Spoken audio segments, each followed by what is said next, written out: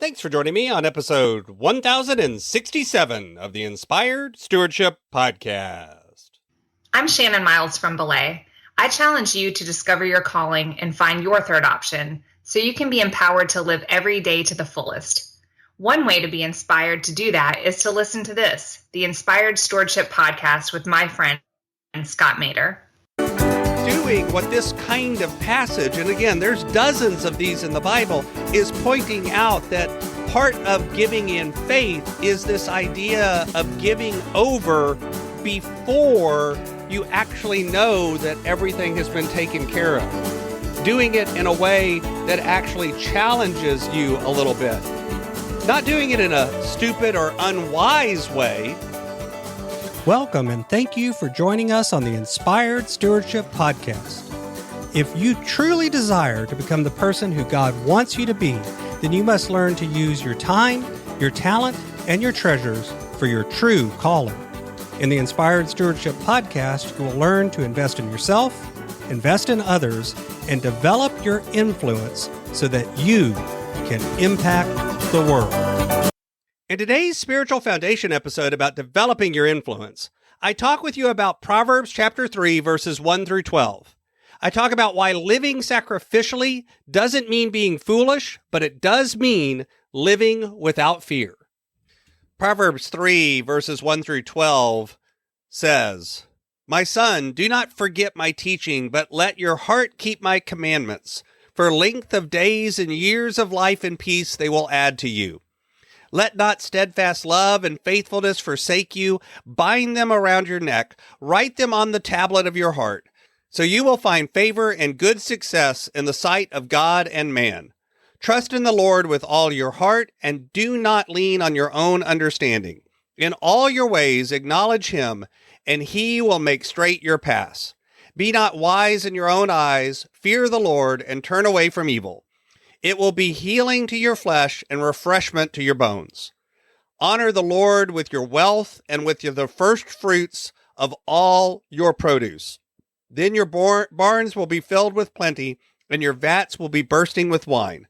My son, do not despise the Lord's discipline or be weary of his reproof, for the Lord reproves him whom he loves, as a father the son in whom he delights."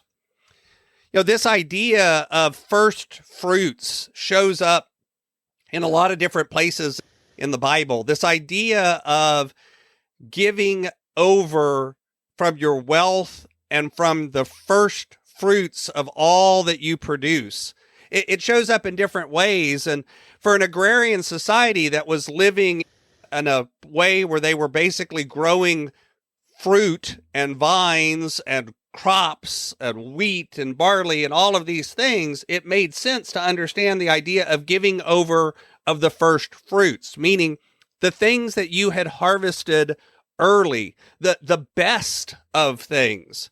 You also hear it in reference to things like cattle and sheep, and giving over the perfect specimen, giving over the thing that is the best, and giving that over to God first.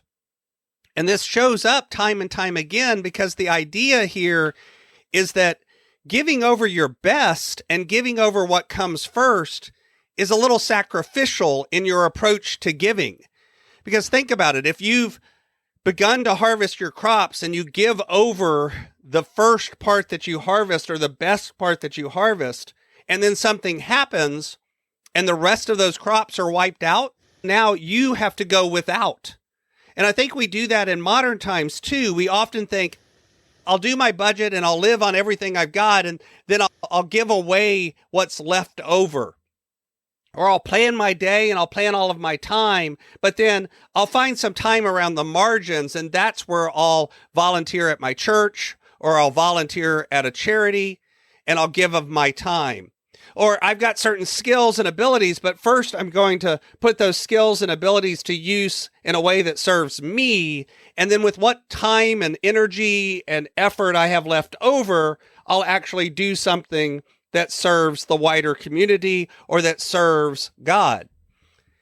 But the truth is, what this is doing, what this kind of passage, and again, there's dozens of these in the Bible, is pointing out that part of giving in faith is this idea of giving over before you actually know that everything has been taken care of.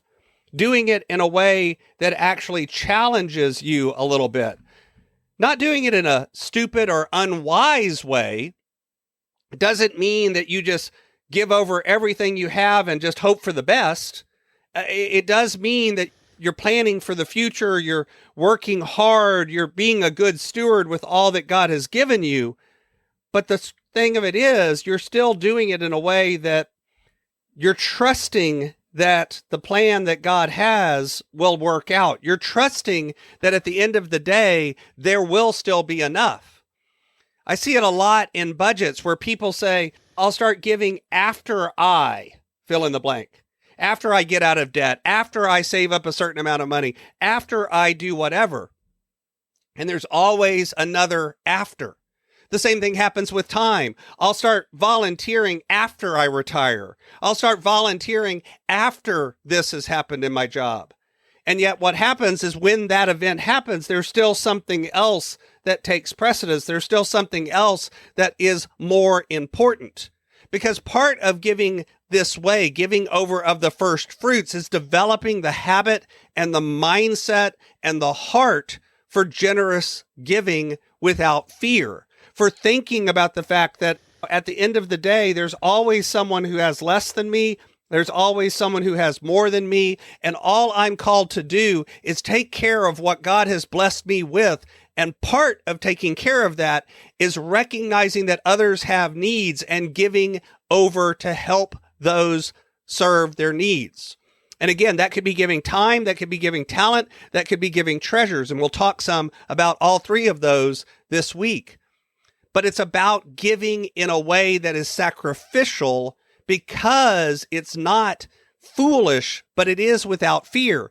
It's at the end of the day, if something comes along and wipes out the crops, that will still work out. I don't know how and I don't know why, but because I've built a community, because I've been doing this generous giving for a long time, oftentimes it shows up in the form of other people coming around you to help. They know that you've given over of your first fruits and now the crops have been wiped out and you need help, and they're willing to help because you've built that community and those relationships. So the truth is, when you think about giving of first fruits, it means putting giving at the top of your priority list, recognizing that part of serving your family and serving yourself and serving God and serving your neighbor is about finding ways to give, whether that's giving to the church, whether that's giving to a charity, whether that's giving of your time, whether that's giving of your talent and your energies, or whether that's giving of your money. It's about finding ways to give back to the wider community. And that's part of what we're called to do, because that's what changes our heart to be focused on generosity, on caring, and on love. Thanks for listening. Thanks so much for listening to the Inspired Stewardship podcast. As a subscriber and listener, we challenge you to not just sit back and passively listen, but act on what you've heard and find a way to live your calling. If you enjoyed this episode, do me a favor.